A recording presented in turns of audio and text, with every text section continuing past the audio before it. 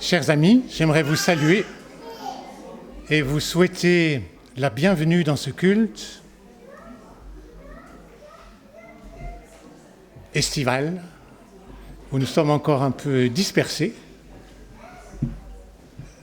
Je vous invite à vous lever pour invoquer la présence du Seigneur. Seigneur notre Dieu, nous te bénissons pour cette grâce de pouvoir être présent, d'être rassemblés en ton nom.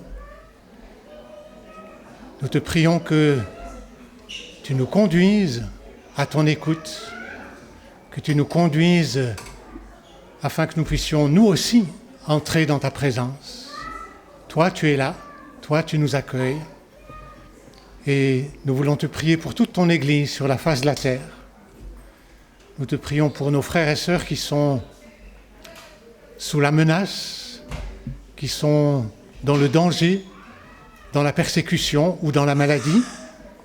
Et nous te prions, Seigneur, de veiller sur eux, de les garder, de renouveler leur foi, de garder leur espérance vivante et de leur faire sentir ta présence.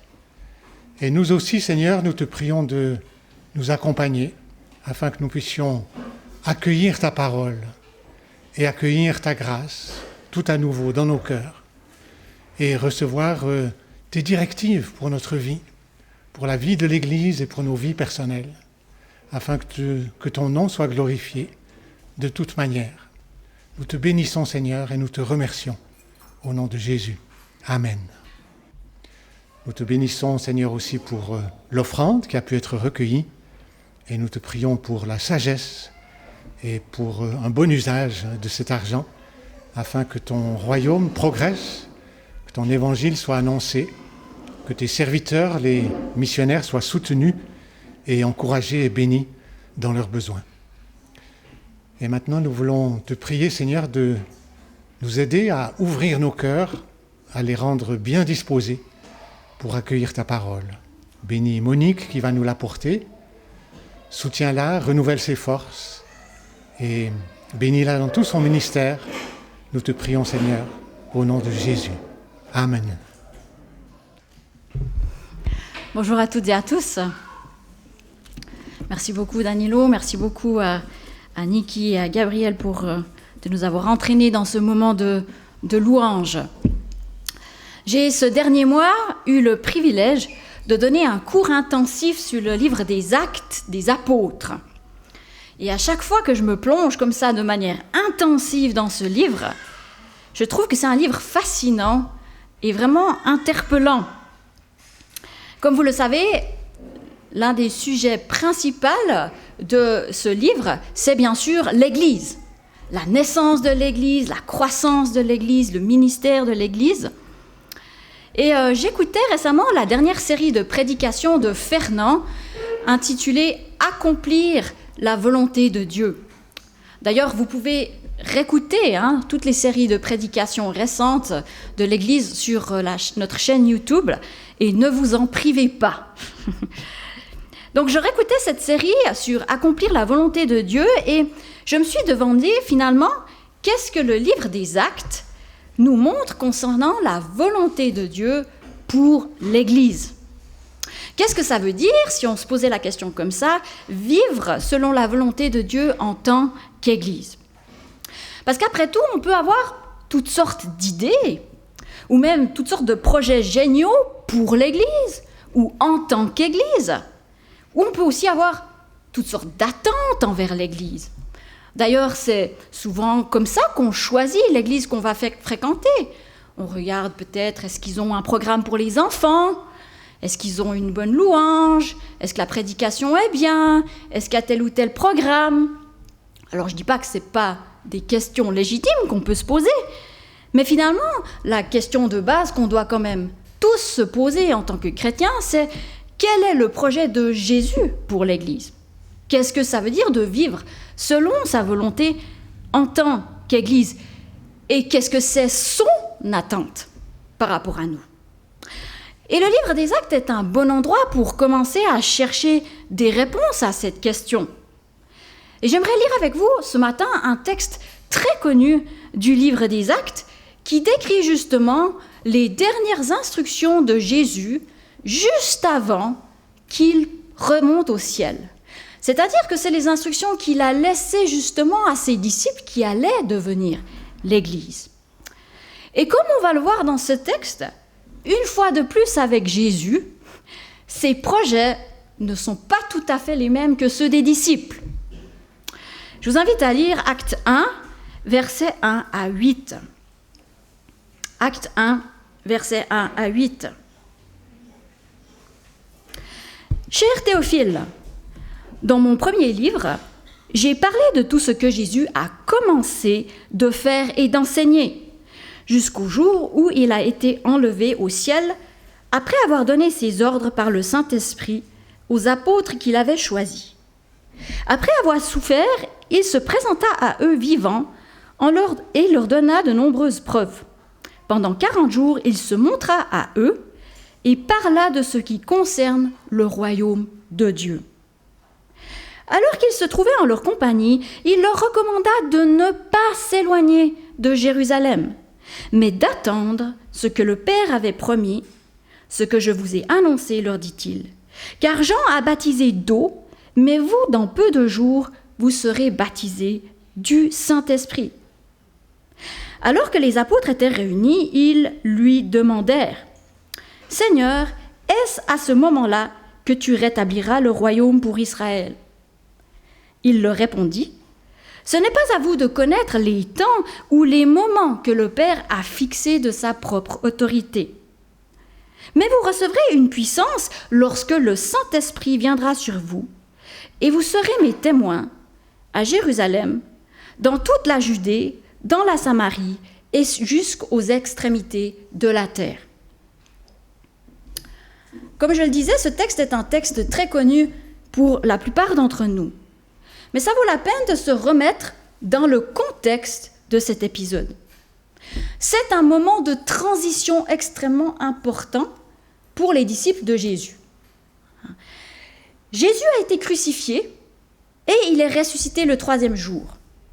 On imagine sans peine les montagnes russes émotionnelles qu'ont dû vivre les disciples. Celui qu'ils pensaient être le Messie promis par les prophètes, envoyé par Dieu, ce faiseur de miracles qu'ils pensaient qu'il allait sauver Israël, a été torturé, humilié et est mort crucifié par les Romains, c'est-à-dire par l'ennemi d'Israël. Quel traumatisme! Humilié, torturé, crucifié, leur ami, Jésus. Quelle déception! Leur Messie, crucifié par les Romains. Quelle honte aussi, probablement. Ils ont dû dire à tous leurs amis, on a trouvé le Messie. Et ce Messie finit sur une croix. Et puis quelque chose d'extraordinaire s'est produit. Jésus est ressuscité d'entre les morts et ils l'ont vu de leurs propres yeux. Quelle joie! Quelle exultation! Quel bonheur! Il est le Messie. Il est vraiment celui qui était promis par les prophètes. Il est le sauveur d'Israël. Ils ont dû être tellement, mais tellement encouragés et fortifiés lorsqu'ils ont vu Jésus. Et ils ont dû se dire, ouf, enfin maintenant le royaume de Dieu va pouvoir être établi. Enfin, le royaume d'Israël va pouvoir être restauré. Et c'est ce qui explique leur question à Jésus après sa résurrection, qu'on lit au verset 6. « Seigneur, est-ce à ce moment-là que tu rétabliras le royaume pour Israël ?» Il faut savoir que la question des disciples est légitime. Dans l'Ancien Testament, il y a des prophéties qui parlent de la restauration du royaume d'Israël. Et tout naturellement, comme ils ont découvert et conclu que Jésus était le Messie, ils devraient normalement réaliser ces prophéties. Et je pense vraiment que la réponse de Jésus à leurs questions a dû les surprendre. Mais c'est une réponse tellement importante pour les disciples et la suite de leur ministère, après que Jésus retourne au ciel. Et c'est une réponse tellement importante pour nous aussi. Jésus répond « Ce n'est pas à vous de connaître les temps ou les moments que le Père a fixés de sa propre autorité. Mais vous recevrez une puissance lorsque le Saint-Esprit viendra sur vous, et vous serez mes témoins à Jérusalem, dans toute la Judée, dans la Samarie et jusqu'aux extrémités de la terre. Il y a deux parties dans cette réponse de Jésus. Tout d'abord, ce que fait Jésus, c'est qu'il détourne l'attention des disciples de ce dont ils ne doivent pas se préoccuper, c'est-à-dire du calendrier ou de l'agenda du Seigneur, ou plus spécifiquement, le calendrier de la fin des temps. Jésus leur rappelle que c'est le Père, c'est-à-dire Dieu, qui a fixé les temps et les moments de son autorité, c'est lui qui les gère, et ils n'ont pas à chercher à savoir quand exactement ces choses vont arriver. Et l'exhortation de Jésus pour ses disciples est toujours valable pour nous aujourd'hui. Je trouve fascinant et quelque part rassurant de constater que les premiers disciples de Jésus, comme nous souvent aujourd'hui, avaient envie de connaître le calendrier de la fin. Comme quoi il n'y a rien de nouveau sous le soleil. On aimerait tous bien savoir quand reviendras-tu, Jésus? Quand se réalisera cette prophétie? Mais je pense que la tentation est d'autant plus grande pour nous dans ces temps que nous vivons. Dans ces temps que nous vivons, qui sont quand même des temps très troublés et, comme on les appelle souvent, anxiogènes. C'est-à-dire que c'est des temps angoissants. Il est vrai qu'il y a plusieurs événements qui font souvent la une des journaux, qui rappellent vraiment les signes de la fin des temps dont Jésus nous parlait. On a eu récemment cette pandémie qui, selon les experts, va revenir sous une forme ou une autre, on en aura des autres. Il y a eu la guerre en Ukraine qui dure toujours et qui n'est vraiment pas si loin de chez nous. Il y a la guerre en Israël avec ce risque d'embrasement de tout le Moyen-Orient, et peut-être même plus. Sans parler du développement de l'intelligence artificielle qui montre quand même déjà quelques dérives inquiétantes. On pourrait continuer la liste. Mais Jésus nous rappelle, comme il en rappelle à ses disciples, que notre vocation de chrétiens, puis en tant qu'Église, c'est pas d'abord d'établir le calendrier des temps, ni nécessairement de discerner la signification de chaque événement qui nous est rapporté dans le journal. Enfin, on ne lit plus tellement le journal, disons dans les nouvelles. C'est Dieu qui a déterminé les temps et personne ne les connaît exactement. Alors, que devons-nous faire lorsque nous entendons ces nouvelles effrayantes? Lorsque Jésus lui-même a parlé des temps de la fin, il l'a fait, je pense, en partie pour deux raisons. La première, c'est pour avertir ses disciples que ces choses allaient arriver pour qu'ils s'y attendent et pour que lorsque ces choses arrivent, ils se souviennent que Dieu l'avait prévu, ils ne soient pas dans la crainte et qu'ils se souviennent Dieu règne, c'était prévu. Jésus leur a dit très clairement dans Matthieu 24, « Vous entendrez parler de guerre et de menaces de guerre. Ne vous laissez pas effrayer, car il faut que ces choses arrivent. » Jésus veut que nous sachions que Dieu règne, que tout est dans sa main. Et je pense que la deuxième raison pour laquelle il parle de ces signes, c'est qu'il veut que nous nous souvenions que le temps de ce monde est compté et que nous devons être prêts pour son retour. Prêts, entre autres, en nous attelant à la tâche qu'il nous a confiée. Et dans ce même discours sur les temps de la fin, Jésus a cette phrase extraordinaire, il dit « Heureux le serviteur que son maître, à son arrivée, trouvera occupé à son travail. » Et c'est intéressant parce que j'ai l'impression que Jésus, dans Acte 1, il fait exactement la même chose de nouveau à ses disciples. Il leur dit « Vous ne devez pas vous concentrer sur ça, ça c'est le Seigneur qui gère. Mais vous, voici votre vocation, en attendant que je revienne. » Et quelle est cette vocation?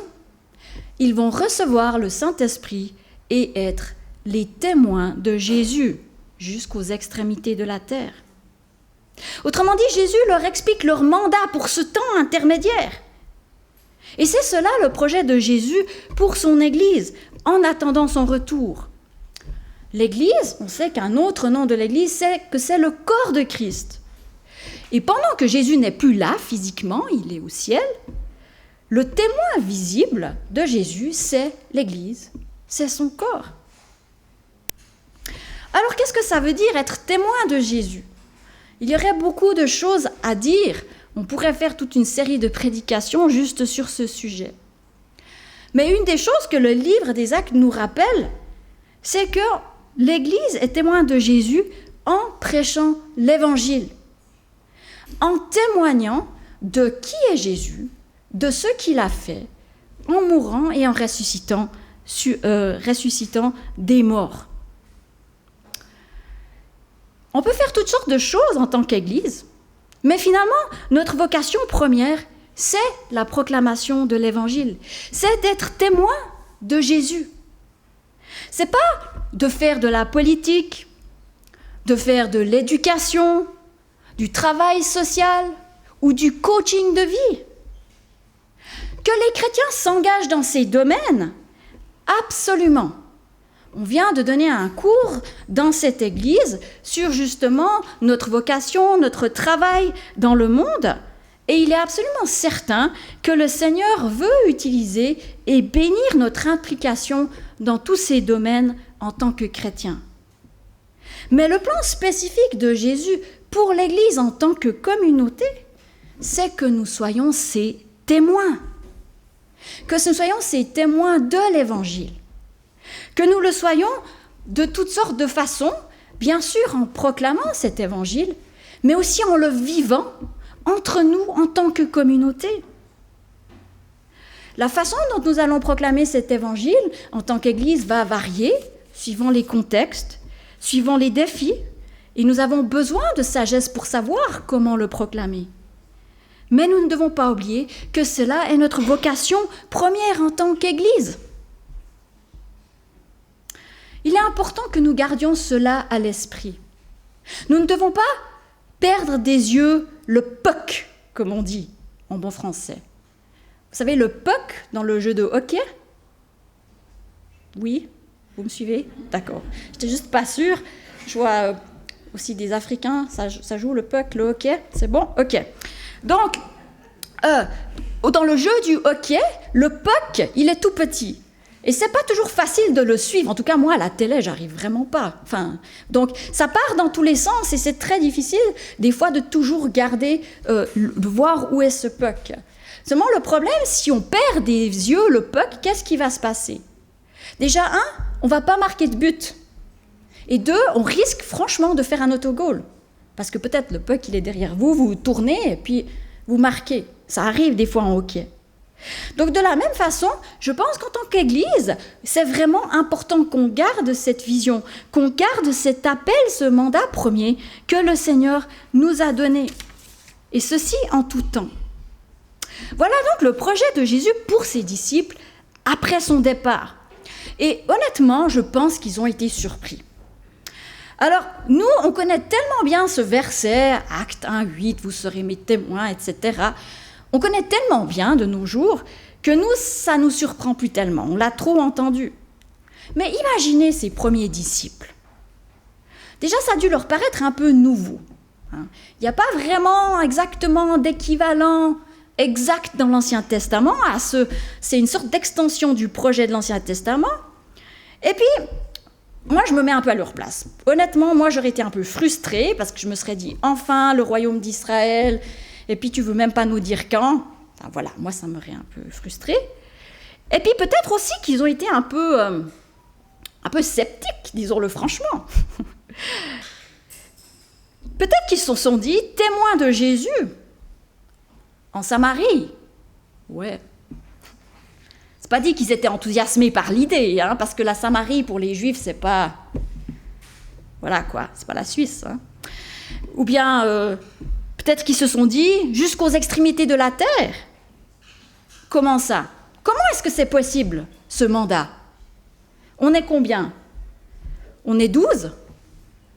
Si on compte les femmes, les enfants, les amis, ça fait quoi, 120? Si on compte tous ceux qui ont vu Jésus ressusciter, ça fait quoi? 500 à tout casser? Et comme ça, on va être témoin jusqu'aux extrémités de la terre. Imaginez-vous, il y a 2000 ans. Moi, je pense vraiment que le projet de Jésus pour ses disciples, déjà, je ne pense pas qu'ils ont tellement compris. 2, je ne suis pas sûre qu'ils étaient totalement enthousiastes. Et puis 3, ça a dû leur sembler quand même assez ambitieux. Et à nouveau, nous voyons, comme justement Fernand nous le rappelait dans ses séries de prédications, que les pensées des hommes et celles de Dieu ne sont souvent pas les mêmes. Que les projets de Jésus pour ses disciples n'étaient pas nécessairement ceux qu'eux avaient anticipés. Mais heureusement, Jésus a fait plus que leur annoncer ce projet, parce qu'il ne les a pas laissés livrer à eux-mêmes. Et en particulier, il les a équipés avec 2 éléments cruciaux qu'on voit très bien dans ce texte. Et je vais brièvement les évoquer. Mais avant, quand même une remarque. Remarquons que Jésus n'a pas équipé ses disciples pour ce grand programme de témoignage. Ce que Jésus n'a pas fait, c'est qu'il n'a pas tout de suite composé un programme. Il n'a pas non plus tout de suite fait un business plan. Il n'a pas tout de suite expliqué aux disciples, ok, donc l'église, vous allez l'organiser comme ci, comme ça, comme ça. L'évangélisation, vous allez faire comme ci, comme ça. La stratégie, c'est Jérusalem pendant 5 ans, Samarie pendant 2 ans, parce qu'il ne faut pas exagérer, et puis la Grèce, l'Asie, 5 ans. Jésus, il n'a pas fait ça, d'accord ? Il a fait d'autres choses. Alors, ça ne veut pas dire qu'en tant qu'Église, on ne doit pas faire des programmes et on ne doit pas avoir de stratégie d'évangélisation ni d'organisation dans l'Église. Ce n'est pas du tout ce que ça veut dire. Si on continue à lire l'histoire des Actes, on voit que l'Église s'organise, il y a des nouveaux ministères, il y a de l'administration, il y a des cultes, il y a toutes sortes de choses, il y a même des stratégies missionnaires qui sont mises au point.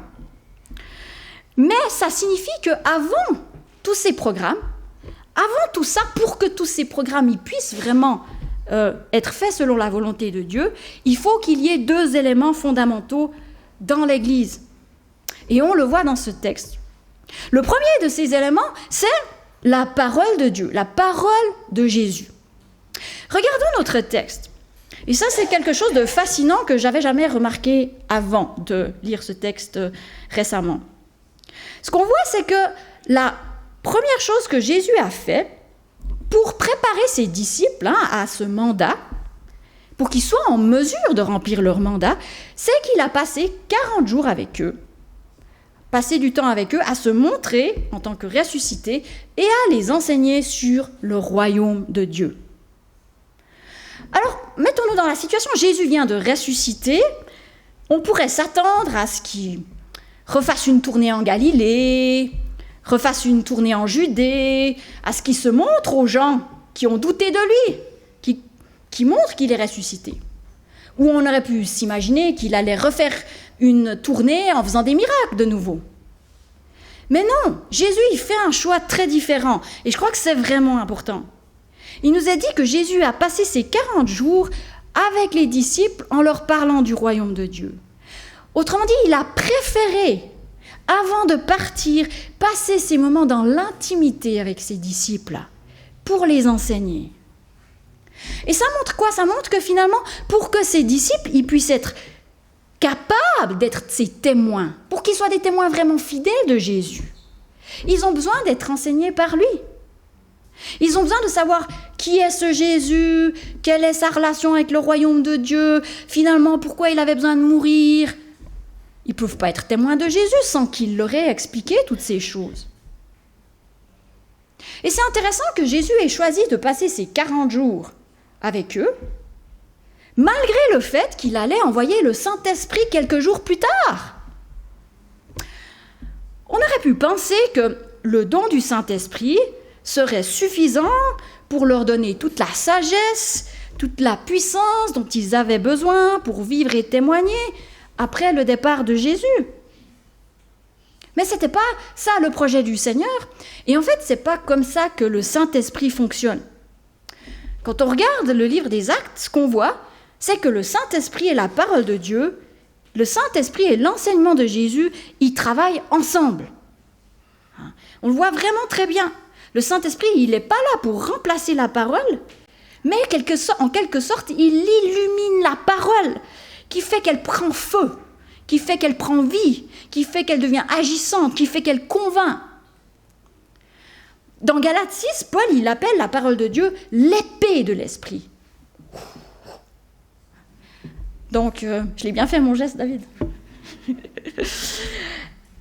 Donc, on voit que l'esprit utilise la parole pour faire son œuvre. Quand l'image qui me vient vraiment à l'esprit en lisant ce passage et le récit de la Pentecôte, c'est une image imparfaite, mais moi, elle me parle vraiment. L'impression que j'ai en lisant ces textes, c'est que Jésus, pendant ces 40 jours, et pendant les 3 ans et demi qu'il vient de passer à enseigner ses disciples, parce qu'il ne faut pas oublier que ses disciples, ils ont passé pas juste 40 jours, ils ont passé 3 ans et demi avec Jésus. Pendant tout ce temps, Jésus, ce qu'il a fait, il les a enseignés, il a fait des miracles, ils ont fait plein de choses ensemble.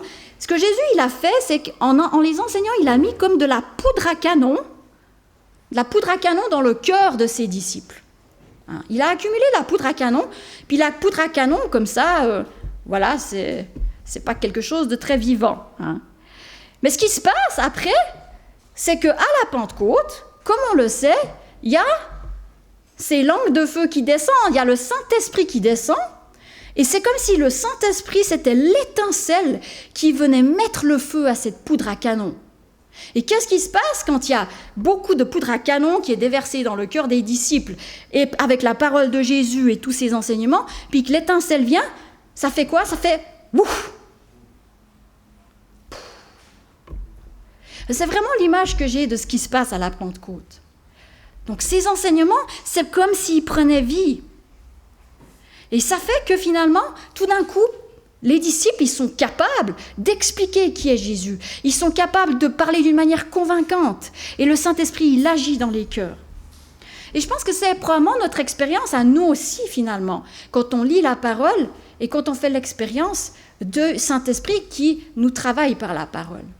Parfois, on lit des passages de la Bible, on les lit 10, 20, 30, 50 fois, et puis ça ne nous touche absolument pas, c'est à peine si on comprend, ça passe comme sur les plumes d'un canard, bien lisse, et tout d'un coup, on relit le même passage, et puis ouf, on est là, oh, j'avais jamais vu ça, j'ai pourtant lu ce texte plein de fois. Ça, c'est le Saint-Esprit qui met le feu à la parole, qui fait qu'elle prend vie, qui fait qu'elle nous touche. Et c'est vraiment ce qu'on voit à la Pentecôte. Et lorsqu'il y a un réveil, comme on le voit à la Pentecôte, on voit que les deux sont là. Il y a la parole dans la prédication de Pierre, le Saint-Esprit lui a mis le feu, il remplit Pierre, et puis il touche les gens qui sont autour. Et ça nous amène au deuxième élément que Jésus a donné à ses disciples, à son Église, pour qu'elle remplisse sa vocation, et c'est bien sûr le Saint-Esprit. Comme je viens de le dire, le Saint-Esprit, c'est ce qui fait que la parole de Dieu prend feu en nous. Et son action est absolument, mais alors absolument indispensable au ministère de l'Église dans ce monde. Le Saint-Esprit est tellement important et indispensable que Jésus dit clairement, mais alors il souligne 2 fois, plus encore une fois dans l'évangile de Luc, je sais pas, il dit tellement clairement à ses disciples de ne surtout pas quitter Jérusalem et d'attendre que le Saint-Esprit descende. On a même l'impression que Jésus, il dit à ses disciples, surtout ne faites rien, ne touchez à rien avant que le Saint-Esprit descende. J'exagère un peu, mais c'est quand même un peu l'impression qu'on a. Autrement dit, j'ai l'impression que ce que Jésus dit ici, c'est vraiment, sans le Saint-Esprit, ça vaut même pas la peine d'essayer. Et sans le Saint-Esprit, mes frères et sœurs, ça vaut pas la peine d'essayer. Cette vocation que le Seigneur nous a donnée, elle a besoin du Saint-Esprit, elle a besoin de cette action. Alors, on n'a pas le temps de détailler beaucoup la façon dont on reçoit le Saint-Esprit, dont on l'accueille. Et vraiment, Fernand a fait une très belle série de prédications il y a 1 année là-dessus, vous pouvez aussi aller la regarder. Mais je voulais juste rappeler que le Saint-Esprit, c'est un don que Jésus a fait à son Église pour qu'elle puisse entrer dans sa vocation. Un peu plus loin, quand on lit justement le discours de Pierre à la Pentecôte, il dit « Changez d'attitude, soyez baptisés au nom de Jésus-Christ et vous recevrez le don du Saint-Esprit. » Donc le Saint-Esprit, c'est quelque chose que Dieu nous donne. C'est un don de lui, ce n'est pas quelque chose qui dépend de nous, ce n'est pas quelque chose qu'on peut mériter. Et puis ça m'amène au deuxième point concernant le Saint-Esprit qui ressort vraiment fortement. On sait que le Saint-Esprit, il a plusieurs fonctions dans la vie du chrétien, dans l'Église. Entre autres, c'est lui qui nous transforme le cœur pour qu'on ressemble à Jésus. Mais dans notre passage, Jésus nous rappelle que le Saint-Esprit, il a une autre fonction fondamentale. Il est la puissance qui fait de nous des témoins de Jésus. D'accord ? Il est cette puissance qui fait de nous des témoins de Jésus. Et le meilleur exemple de cela, c'est vraiment l'exemple de Pierre. Avant la mort de Jésus, on voit que Pierre, il était plein de bonnes intentions pour Jésus, pour son royaume. C'était quelqu'un qui aurait été super engagé dans l'Église. Il avait plein de bonnes idées, il était vraiment... Et pourtant, lorsque Jésus a été arrêté, Pierre, il a renié Jésus. Tout à coup, il n'avait plus la capacité d'être ce témoin qu'il pensait être de Jésus. Et c'est vraiment pas moi qui vais le blâmer. Mais regardons la transformation de Pierre à la Pentecôte. Le jour de la Pentecôte, lorsque le Saint-Esprit vient mettre le feu à ce que Jésus a déposé dans le cœur de Pierre, tout à coup, Pierre est rempli de courage, mais aussi de sagesse, de capacité de parler et d'expliquer les Écritures. On voit vraiment que le Saint-Esprit l'a rendu capable d'être ce témoin. Et on sait que le témoignage de Jésus, bien sûr, il y a la proclamation, comme Pierre le fait à la Pentecôte, mais aussi, il y a d'autres façons aussi de témoigner par nos vies de qui est Jésus. Et c'est ce que le Saint-Esprit veut faire en nous. C'est ce que le Saint-Esprit veut faire dans l'Église et dans chacun d'entre nous. C'est pour ça qu'avant n'importe quel programme, ou n'importe quelle décision, ou n'importe quelle stratégie qu'on va mettre en place, que vous allez mettre en place dans votre service pour le Seigneur, ou qu'on va mettre en place en tant qu'Église, il est important et indispensable qu'on se mette à l'écoute du Saint-Esprit et qu'on demande à être rempli de ce Saint-Esprit. En conclusion, je voulais vous laisser vraiment avec cette image, ou peut-être plutôt avec cette méditation. Ce verset 1, Acte 1, 8, c'est vraiment un verset que nous connaissons presque tous par cœur. Mais je vous invite à réfléchir. Je pense que vraiment pour les disciples de Jésus, ce verset, il était incroyable. Ce n'était pas vraiment ce à quoi ils s'attendaient. Ils n'étaient qu'une poignée. Et leur ambition, c'était le rétablissement du royaume d'Israël. Mais Jésus leur a confié un mandat en attendant qu'ils reviennent. Et il leur a laissé vraiment deux choses pour leur équipement qui sont fondamentales, sa parole et son enseignement. Et cette folie de la vocation que Jésus a eu la folie de confier à cette poignée de gens, avec 2000 ans de recul, on peut voir que cette folie, finalement, ce n'était pas une folie, c'était simplement le projet de Dieu. L'Église a été conduite, elle a grandi, et elle a vraiment été témoin jusqu'aux extrémités de la terre. Il n'y a pas encore tous les peuples qui ont entendu l'Évangile, mais vraiment beaucoup. Et je ne dis pas que l'Église a été parfaite dans son rôle de témoin, oh que non, vraiment pas. Mais celui qui a racheté l'Église par son sang et qui lui a confié cette vocation, ce Jésus, il veille toujours encore sur l'Église. Et il continue de nous donner cette vocation. Et ma prière pour nous ce matin, c'est vraiment que, en tant qu'individu, dans notre vie de tous les jours, dans notre service pour le Seigneur et aussi en tant que communauté, on puisse entrer finalement dans cette promesse du verset 8. Parce que finalement, plus encore qu'un mandat, c'est une promesse. Vous serez mes témoins et jusqu'aux extrémités de la terre. Je vous invite à prier.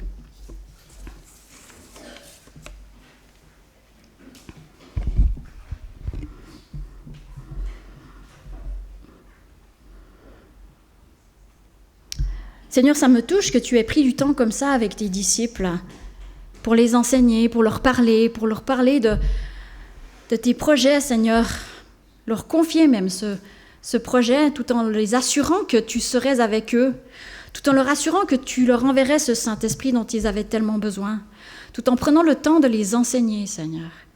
Et Seigneur, je te remercie parce que tout au long de l'histoire, Seigneur, tu continues, Seigneur, d'agir dans ton Église, de lui redonner cette vocation, de la fortifier pour qu'elle puisse mener à bien cette vocation. Et Seigneur, ma prière pour chaque personne ici, pour nous aussi en tant que communauté, c'est que tu continues à nous travailler, à nous enseigner par ta parole. Et tu continues, Seigneur, à nous travailler, à déverser ton esprit en nous, Seigneur, pour que nous puissions réellement, Seigneur, vivre de la vie de l'esprit, vivre de ton esprit, qu'il ravive en nous, Seigneur, tes paroles, qu'il mette le feu dans nos cœurs, Seigneur, qu'il nous rende capables, Seigneur, parce que par nos propres forces, nous ne pouvons pas, mais qu'il nous rende capables, Seigneur, d'être ces témoins de toi, Seigneur, parce que c'est cela, ce à quoi tu nous appelles. Nous sommes ici le témoignage de qui tu es, Jésus, et nous voulons l'être pour ta plus grande gloire. En ton nom, nous avons prié. Amen. Je vais passer aux annonces, si elles peuvent être projetées. C'est le régime de l'été, donc je pense qu'il n'y a pas énormément d'activités. Le mardi, comme tous les mardis, le matin, les femmes se retrouvent pour une promenade méditative au bois de Montcor. Et puis, le soir, il y a une réunion de prière ici à l'église à 20h. Et puis, dimanche prochain, les 2 cultes, comme d'habitude. Il y a toujours quelqu'un disponible pour prier avec vous, si vous en ressentez le besoin. Il suffit de venir ici vers les paravents. C'est encore le temps où notre pasteur Fernand est en vacances. C'est juste ? Jusqu'à mardi. Merci. Alors, il me reste à vous souhaiter une belle et bonne semaine, que ce soit de vacances ou de travail ou de retraite. Que le Seigneur nous accompagne dans tout ce que nous avons à vivre avec lui. Je vous invite à vous lever pour demander sa bénédiction.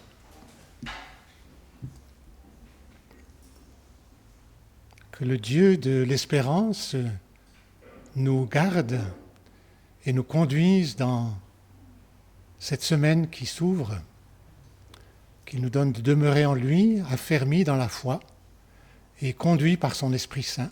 Que la grâce et la paix vous accompagnent au nom de Jésus. Amen. Bon dimanche à vous et bonne semaine.